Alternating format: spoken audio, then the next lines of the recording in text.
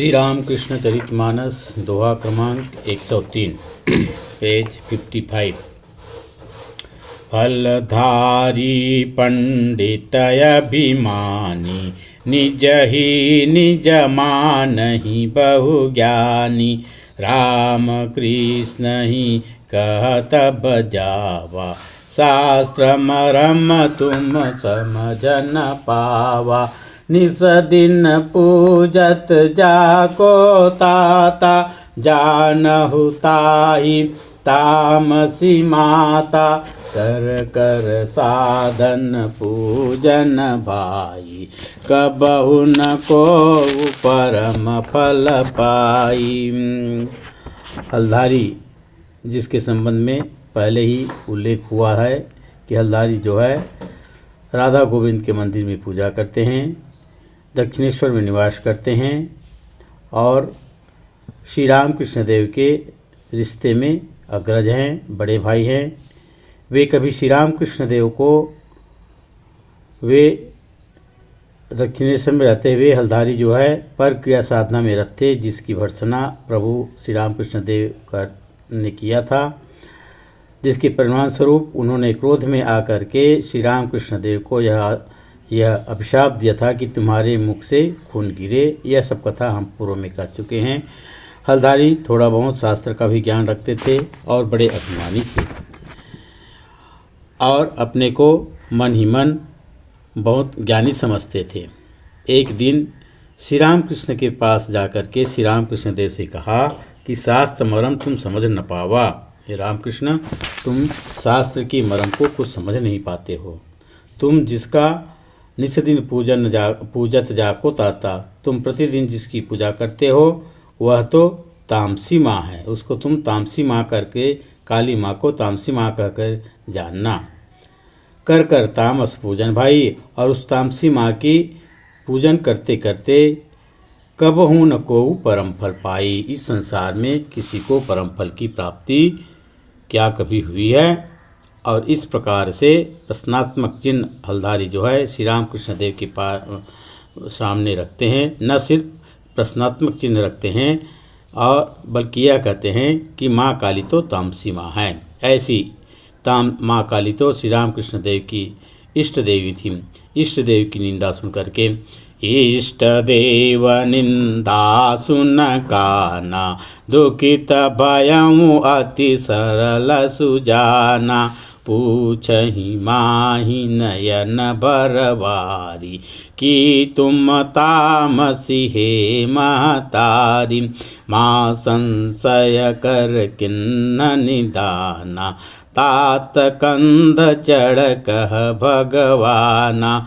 मूरख जानन मातु सुभावा, तहि कारण तुम तामसी गावा। त्रिगुणमयी माँ शुद्ध भवानी, समझन पायऊँ रे अभिमानी।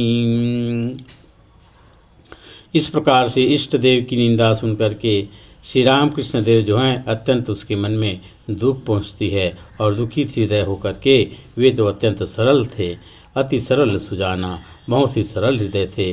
कोई हलधारी को कोई तर्क के माध्यम से कुछ कह नहीं पाए। वे सीधे भवतारिणी माँ के मंदिर में चले जाते हैं और माँ से पूछते हैं कि माँ, हलधारी ऐसा कहता है कि तुम तामसी हो। नाकों में अश्रु भर के जब इस प्रकार से पूछते हैं कि ये माँ, क्या तुम सचमुच में ही जैसा कि हलधारी कहता है तामसी हो? तब माँ जो है सरल बालक का, अपने बालक को दुखित जान करके उनके संशय का निदान करती है और समझाती है कि मैं तामसी नहीं, मृण्मयी हूँ, चिन्मयी हूँ, सदा चैतन्यमय हूँ, परमानंद स्वरूप हूँ। इस प्रकार से अभयवाणी सुनकर के श्री राम कृष्ण देव सीधे आते हैं और जहाँ पर हलधारी रहता है हलधारी के कंधे पे जा करके बैठ जाते हैं और कंधे पे बैठ करके कहते हैं, मूरख जानन मातु सुभावा, तहि कारण तुम तामसी गावा। अरे मूर्ख, तुम मेरी माँ के स्वभाव को नहीं जानते हो, इसीलिए तुम उसको तामसी कह के उसका बखान करते हो। मेरी माँ कैसी है बताऊं? मेरी माँ ने मुझको बताई है, वह कैसी है? त्रिगुणमयी माँ शुद्ध भवानी। वो मेरी माँ जो हैं त्रिगुणमयी हैं, 3 गुणों से पार हैं, वह परम शुद्ध हैं, वह जगत की कर्त्री हैं, भवानी हैं। अरे अभिमानी, तुम अभिमान के कारण समझ न पायऊँ रे अभिमानी, तुम उनको समझ नहीं पाए हो, इसीलिए तामसी कह के उसके बखान करते हो। इस प्रकार से हुंकार करते हुए हलधारी के कंधे पे चढ़ करके भगवान श्री राम कृष्ण देव जो हैं बार बार हुंकार करते हुए यही बात कि माँ जो हैं त्रिगुणमयी हैं, आद्याशक्ति हैं, शुद्ध हैं, जगत जननी हैं, यह बात बार बार हलधारी को कहते हैं।